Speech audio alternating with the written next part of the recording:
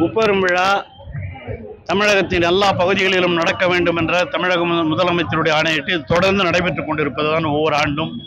இந்த ஆண்டு தமிழக தலைவர் தளபதி அவர்களுடைய 4 ஆண்டு வரலாற்று சாதனையை மக்கள் புரிந்து கொள்கின்ற வகையிலே இந்த அண்ணாவினுடைய பிறந்த நாள், நாளை திராவிட முன்னேற்றக் கழகத்தினுடைய பிறந்த நாள், நாளை மறுநாள் தந்தை பெரியாருடைய பிறந்த நாள், இந்த மூன்றையும் சேர்த்து முப்பெரும் விழாவாக கொண்டாட வேண்டும் என்று கலைஞர் அறிவித்த நாளிலிருந்து இந்த நிகழ்ச்சி மிக சிறப்பாக தமிழகத்திலே நடைபெற்றுக் கொண்டிருக்கிறது.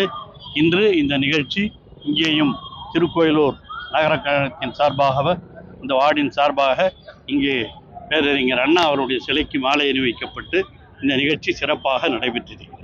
முப்பெரும் விழாவில் விஜயை விமர்சனம் பண்ணி தலைவர் திமுக தலைவர் அதுக்கு விஜய் ரிப்ளை கொடுத்துருக்காரு. ஏங்க, அது உங்களுக்கு தெரியாதுல்ல, அவர் அங்கங்கேயும் கூடுற கூட்டம் கிடையாது. அது தமிழ்நாடு பூரா இருக்கிற விக்கிரவாண்டியில் மாநாடு நடத்தி கூட்டினார் பாருங்க, அதே கூட்டம் தான் மதுரையில் கூட்டினார் பாருங்க, அதே கூட்டம் தான் திருச்சியில். அதால் தான் அவர் என்ன பண்ணுறாரு, சனிக்கிழமை நடத்துகிறாரு. தினம் தொகுதிக்கு போனால் அங்கே இருக்கிறவன் எவனா வரணும், இவங்கள திரும்பி வர முடியாது. அதுக்காக திட்டமிட்டு அவர் சனிக்கிழமை நடத்துகிறாரு.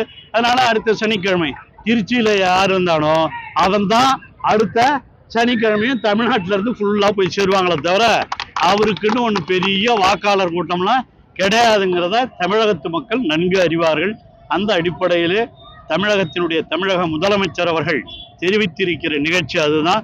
புதிய எதிரியாக இருந்தாலும் பழையவர்களாக இருந்தாலும் அனைவரையும் வீழ்த்தி தமிழ்நாட்டில் தமிழகத்தினுடைய தலைவர் தளபதியினுடைய ஆட்சிதான் தொடர்ந்து இருக்கும் என்பதில் 26 மட்டுமல்ல, தொடர்ந்து தமிழக முதலமைச்சர் தளபதி தான் என்பதை தமிழகத்து மக்கள் முடிவு செய்திருக்கிறார்கள். அதற்கு ஏற்ப தமிழக முதல்வர் அவர்கள் சாதனை செய்திருக்கிறார்கள். அதையெல்லாம் மக்களுக்கு எடுத்து சொல்ல வேண்டிய நாள் தான் இந்த நாட்கள் என்று சொல்லி நிறைவு செய்கிறேன். நன்றி, வணக்கம்.